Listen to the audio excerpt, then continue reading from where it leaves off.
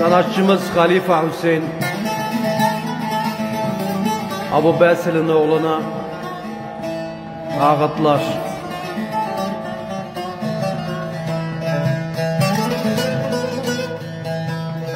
Çoban beyaz deresine vardım, yaram çok derin.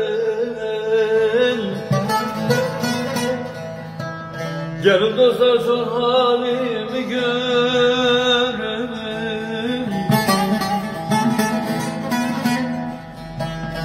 Anama babama Kadılar köyüne haber verin. Oy oy oy oy.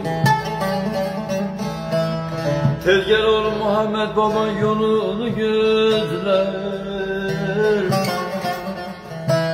Tez gel oğlum Muhammed gariban alan yolunu gözler. Ah köylüler yola çıkmış yolunu gözler.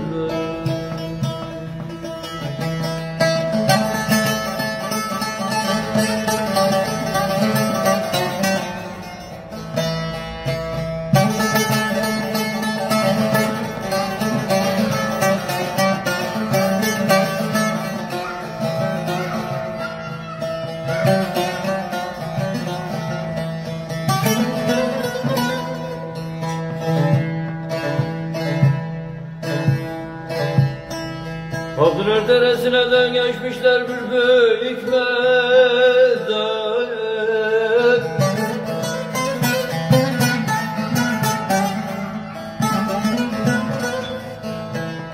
Ecel gelmiş kurban ne yazar.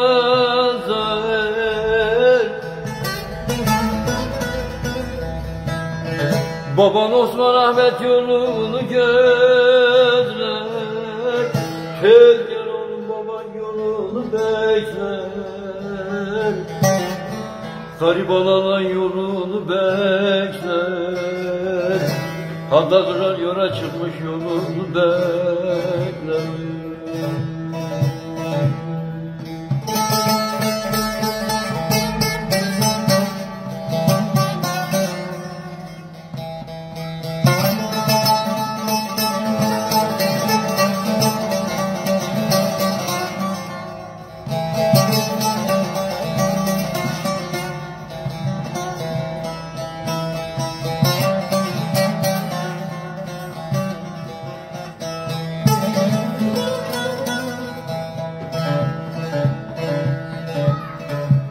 Hadisi bakıl ermez şu dünyanın işine.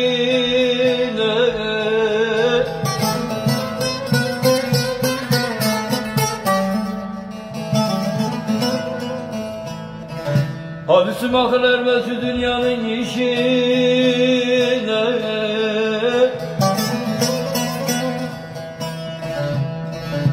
Ecel düşmüş bir gencin peşine.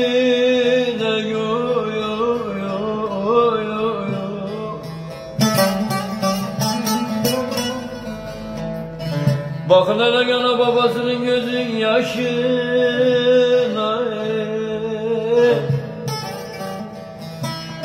Tez gel oğlum Muhammed baba yolunu gözler. Tez gel oğlum Muhammed gariban alan yolunu bekler. Köylüler yola çıkmış yolunu gözler.